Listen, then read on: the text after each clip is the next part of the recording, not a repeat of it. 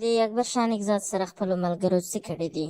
که غواړئ چې په دې هر څه پوه شئ ویډیو راسره تر اخره وګورئ، خو د هغه څخه مخکې زموږ د یوټیوب چینل هم درسره سبسکرایب او ویډیو لایک کړئ.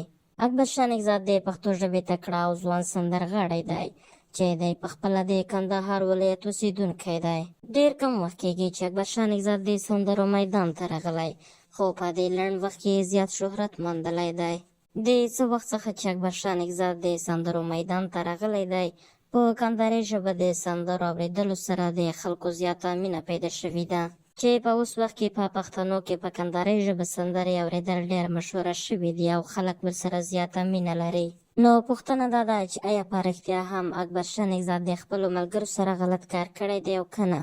نو ملګرو دا خو به تاسو ته هم معلومه وي چې په نن سبا کې خلک د پیسو د ګټلو په خاطر هڅه کوي. زما مقصد دا ده، یعنې په فیسبوک او یوټیوب کې چې کومه ویډیوګانې تاسو ګورئ، په هغو دغه خلکو ته پیسې لاسته ورځي. اکبر شاه نګزاد هیڅ داسې غلطه ویډیو نه لري. اکبر شاه نګزاد د ښو اخلاقو خاوند او د دې ترڅنګ ښایسته غږ لري چې په خپل ښایسته غږ سره یې ډېر مینوال ترلاسه کړي دي. دا وه زموږ د نن ورځې چمتو شوې ویډیو. د بلې ویډیو پورې ته خدای په امان.